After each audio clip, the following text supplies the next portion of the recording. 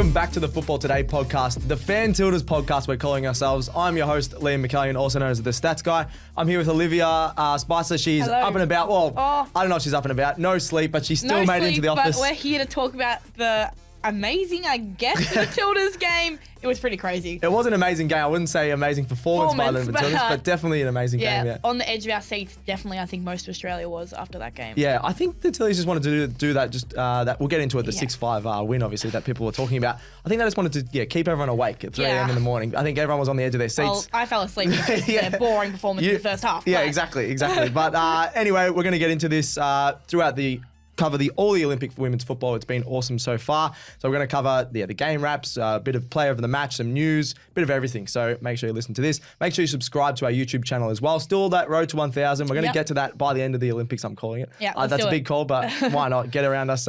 Definitely Matildas fans, football fans in general. We're covering it all. Make sure you listen to this wherever you get your podcast and on socials, Football Today AU.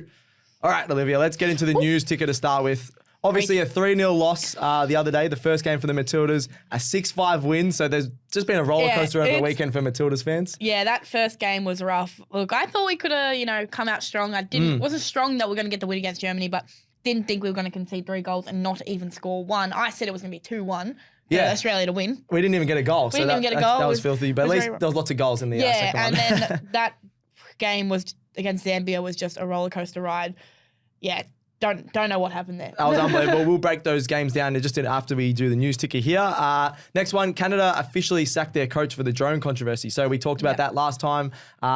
Apparently, she was a bit unlucky because it wasn't all her idea, but I feel like someone's going to get in trouble for the drone. And I saw apparently that it happened at the 2020 Olympics as well. Oh, so it's not the first time she's they done spied a on few the cheating team. scandals. Right. And then people were saying, well, they should get disqualified and the Matildas should get the 3rd place medal. I think that is a great call. I think Canada shouldn't even be allowed in the Olympics. Yeah, they should just go straight through, I reckon. And they're also docked 6 points on the table which for the. Could be good for us later on, Yes. depending how we go against the US. Yes, I think that'll really help us because 8 of the 12 teams go through. Canada currently 3rd, or even on 0 points, I think, because it still goes by goal difference. It's a bit confusing. But I don't think they're not going through because they haven't. It doesn't say negative points, but it will be eventually. Even if they win, I don't think they can go through. So it's an interesting one. But yeah, Canada, what are you doing? Just stop spying on teams. Especially on New Zealand. Like, no offense, New Zealand, but you're not world class. They're going to be last, probably. Yeah. Last one in the news ticker. USA look amazing. I have to talk about them because we have to play the next game. Obviously, Matildas, we lost to Germany 3-0. Then Germany lost to the USA 4-1. Yeah. They are top of Group B, which is the Tillies group. I'm a bit worried. USA last World Cup were very average, but they look back to their best. Yeah, I'm worried. Like, I think Emma Hayes has really come in there and fixed that team up. She's a freak coach. Yeah, put some new life into them, I guess. But yeah, I thought Germany would top the group. And I thought the USA, would come in second, Matildas 3rd, depending on how it all went. But yeah, USA looking amazing, which is scary for us because we did not do well against Germany. Yeah, maybe we should just get a drone that type like USA on it, so somehow they get disqualified. Maybe we need a drone. Well, maybe we do need a drone. Just a sneaky USA tactic there. Yeah, they look awesome. So I'm a little bit worried about us playing them next game, but we'll see how we go. Hopefully, just fix up the defense as we'll touch on. And put Michelle Heyman on to start. Yes, we will get into that. All right, game 1 wrap. We're going to do this a little bit quicker than the second game. This was from a few days ago, and we lost. So we're just sore losers. Australia 0, Germany 3.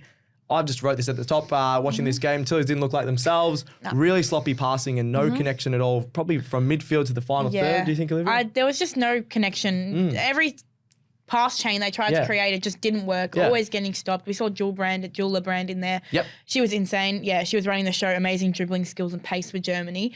But yeah, I just don't. They just did not look like themselves at all. It's like they've played a lot of football together, this sort of squad, and it's like they were playing together for the first time. I've never seen the Matildas play like that, especially with this team. Yeah, I don't know if there was maybe Sam Kerr wasn't there, and there's but Steph Catley is an amazing leader for the team, and she was good, but she wasn't great. So I think that really put them on the back foot. And it was not good. No, it wasn't good. Even the tactics by Germany, they've been starting Alexandra Popp, who's I think their 3rd leading goal scorer of all time, in midfield. She was even playing like a defensive midfield role at times. So that's how well they're going. They just know where their players can play and things like that. I would never have put her in midfield, but it worked really well. Gorry was really good defensively as a CDM role. Do you think? Glad to have her back after her injury Yeah. spell. Yeah, she's great for the team, and I think she's just really good with the girls. She gets along with them, especially for those younger players. Good leader. Good leader, good guidance, and she was great. I love Gorry. I think that didn't help us as well. I feel like we lost a bit of our shape when she went off. I wouldn't have, maybe because she's coming back from injury, but I wouldn't have personally taken her off. Yeah. I would have started Michelle Heyman as well. But yes, Heyman, as soon as she came on, looked really dangerous. She had a few shots on goal. Obviously, we didn't create that many chances, the Matildas, but she's a good finisher. And I love Vine, but I don't think she should be starting as well. She's definitely an impact sub.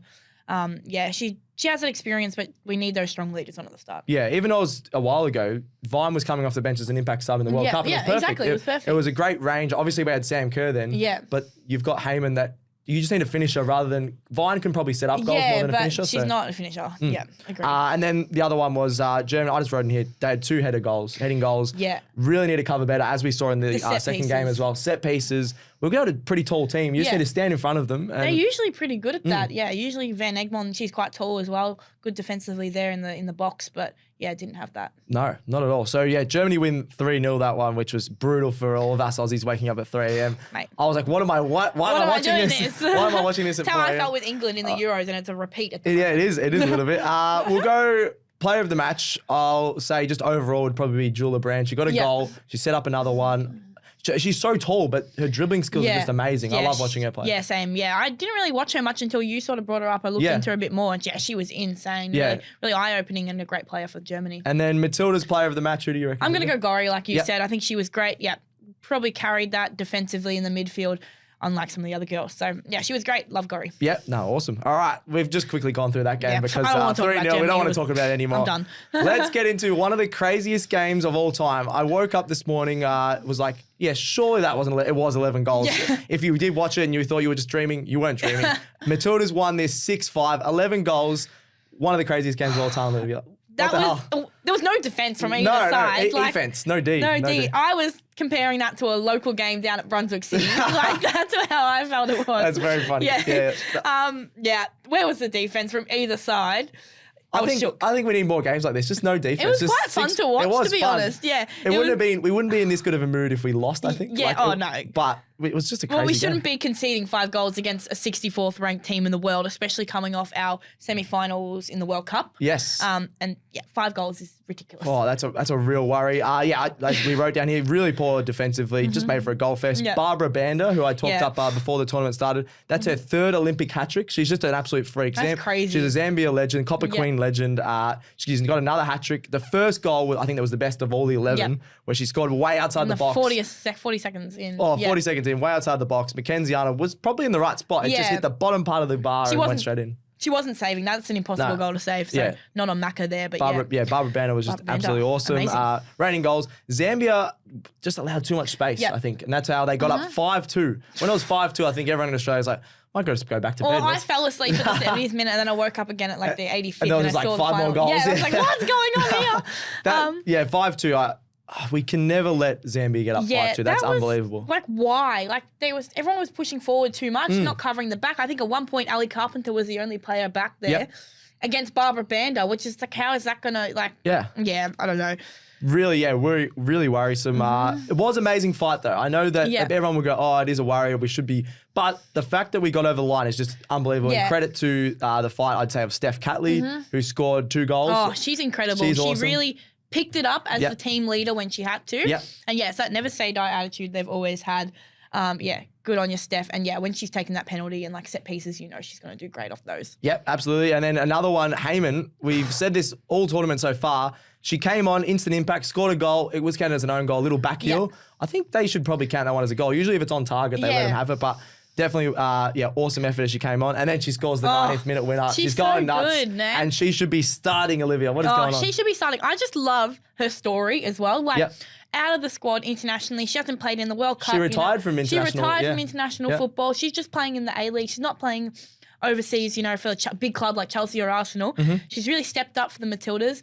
And amazing to see as a leader. And great story for the ages, I Yeah, guess. she was going absolutely nuts. I saw her get around her partner afterwards. It was beautiful. Good. She was really good. We did get a little bit lucky. I didn't mention that with Steph Catley's goal. You said about the Brunswick local sort of team. That goalkeeping. The goalkeeper, I reckon, before the tournament started, Zambia's team overall is actually, I like their team. They've got Kundandanji, the most expensive player in the world. She's awesome. You've got a few other players, obviously Barbara Banda. Their midfield's okay.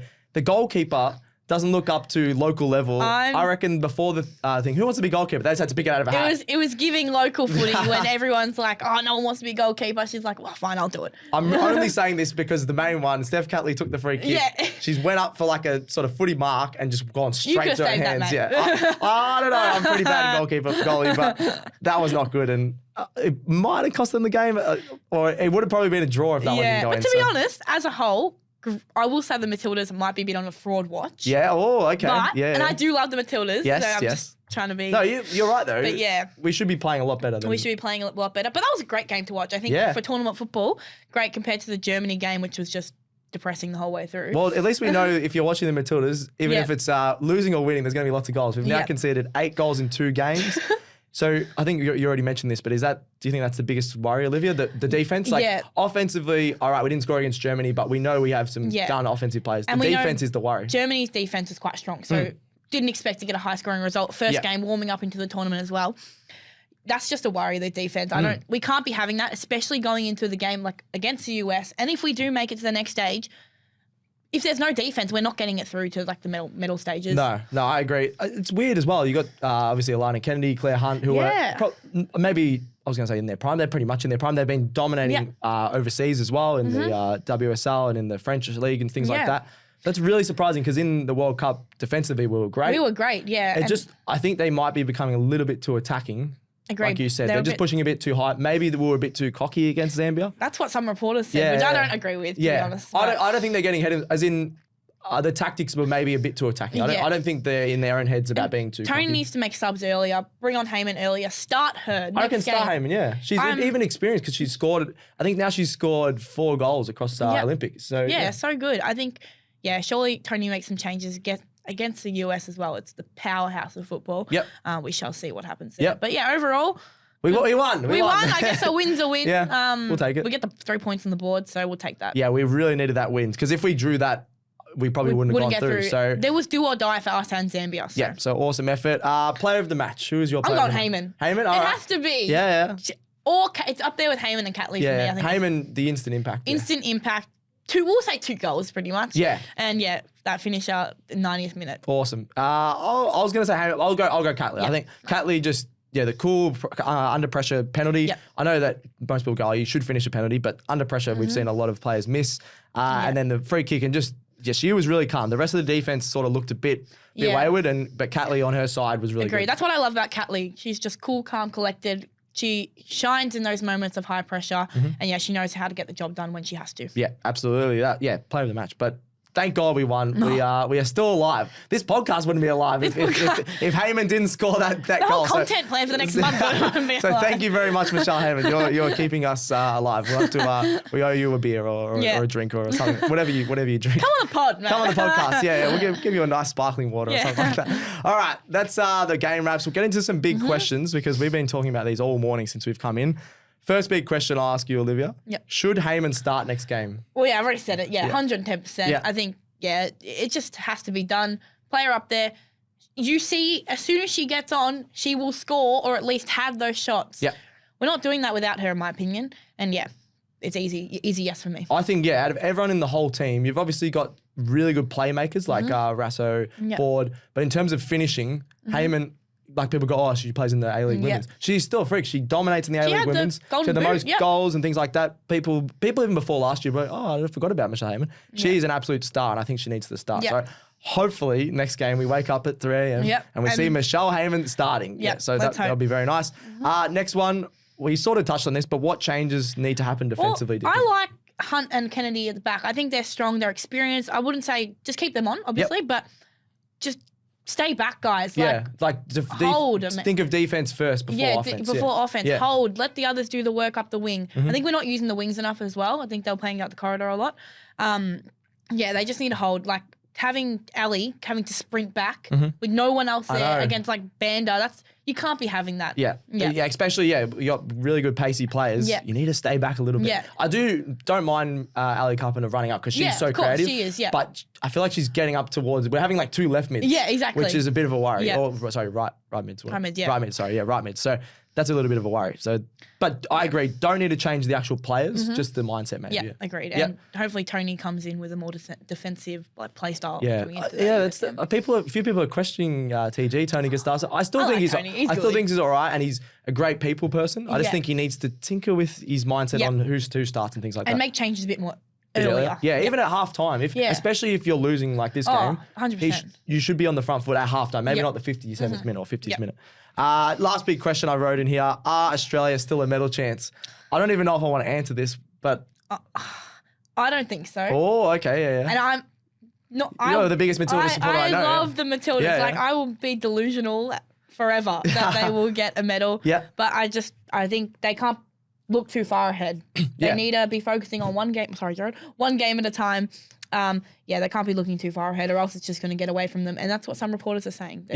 Well, I think there were some reporters that went a little bit too far. I don't think any of these players are ahead of themselves. No way. They're not cocky and things like that. They're very grounded, very humble. Just I think the way they're playing is just a little bit off, and they just haven't really settled themselves. So I think that's the main thing. Making it out of the group is the first focus, and then game by game. Even if they make it to the semis, and I think that it's not going to be a successful tournament. They don't want to finish 4th or lower because we've had that before. Yeah. I still think they'll be aiming for the medal. Well, I say gold at the start, but that's definitely not happening anymore. Yeah. I think I'm looking at the medal chances. I'd be saying US, even though Germany lost to the US, I'd still say they're going to be right up there. Then you got Spain, who are US, world Spain, champions. Germany for me. Yeah. US, Spain, Germany, the best 3 at the moment. Japan, I reckon, is a sneaky one. Yep. And then France, obviously, the home team, and they've got really good teams. So it's going to be a I'll big say yes to being still a medal chance. But I think we need to draw to the US somehow, because they just beat Germany 4-1. If we draw to the US, it'll just catapult a bit of confidence. Yeah. I think that'll help us for the rest of the tournament. Because, even though they got the win last night, I wouldn't say that's a big confidence boost conceding 5 goals against the 64th ranked team in the world. Yeah, that was my reaction seeing the score this morning. I was like, oh, we won. Oh, wait, it was 6-5. Yeah. Oh, my God. So that was me when Carlton bet North Melbourne. Yeah, exactly. It was exactly the same in the AFL. All right, that's the big questions done. We'll finish off the show with the draw from here. This is I've just put this in there just to explain what the Matildas, if they're going to get through, how they're going to get through and things like that. So Tilly's currently 3rd with the worst goal difference out of all 3rd place teams, I'm pretty sure. Tilly's, what are you doing? Let me just double check that. Yep. So we are lucky that I didn't even notice till this morning that Canada did lose 6 points. So I think if we draw, even if we don't, we still get through, is that right? Yes, because the Canada situation should help us. Because 2 out of the 3 third place teams I think we will get through. I said at the start of the tournament, I think that's stupid. Yeah, but now I'm like, yes. Yes, I love this. All 3rd place teams should make it through. Go through. Even 4th place, if somehow Zambia wins. Everyone gets a piece of the pie. I think all 12 teams should make it through the next round. No, that would be very stupid. I'm just being very biased. But yeah, Zambia, I can't even say Zambia. Zambia, I think, should lose to Germany. That's the last game in our group. You'd hope so. So that locks in, unless Zambia somehow score 5 goals again, which I don't think they will. Germany's defense is too good. So that puts Zambia in 4th in Group B for Australia. And then lock in. I don't think we can go anywhere but 3rd. Yeah. Canada, we are lucky. I think that Canada did use their drone. So thank you for using your drone and helping us get through the knockout stages. I think even if we lose, I'm just having a look, that Australia should make it through. We'd be pretty unlucky. But to lock it in, a draw, has to be. a point from the USA game is definitely the goal. Agreed. They'll be thinking they want to win, but the way they're playing, I'm very worried about how many goals. It's the USA goal conceding for me. Like, I know the US can score, obviously. They scored 4 against Germany. Exactly. Yeah. So to have that, just a point. I'm not asking for a win here. Yeah. Would love it, but maybe another 6-5 win would be nice. Win, That'd be nice. But as you said, I think the standard will be a bit better than the Brunswick, the local team. Poor Brunswick. I don't know why we've I used to play for Brunswick. Oh, is that why? There you go. All right, that's the draw from here. The Matildas will be backing very hard, and we'll be back for a preview show on Thursday. Awesome. I think Friday morning is the next one, 3 a.m. for us. So Olivia won't be getting any more sleep this week. Nah. You've got the Olympics, all the Olympics. It's all happening. The Olympics, the F1 that you were watching. F1's on a summer break now, so that's good. There you go. You'll get a bit more sleep. There you go. That's perfect for Australia. Yeah. All right, that's it for the Football Today show. We'll be back with this, as I said, on Thursday for a big preview show. I reckon we'll get Erin Smith as well, live from France. Yep. So she'll be able to give us I feel like she won't be very happy because she's over there and cheering them on. Yeah. But I think that's it. Thank you very much, Joe, behind the camera. Thanks, Olivia. Sweet. Thanks, Liam. Awesome. Thanks to me, and go the Tillies. Football Today is out.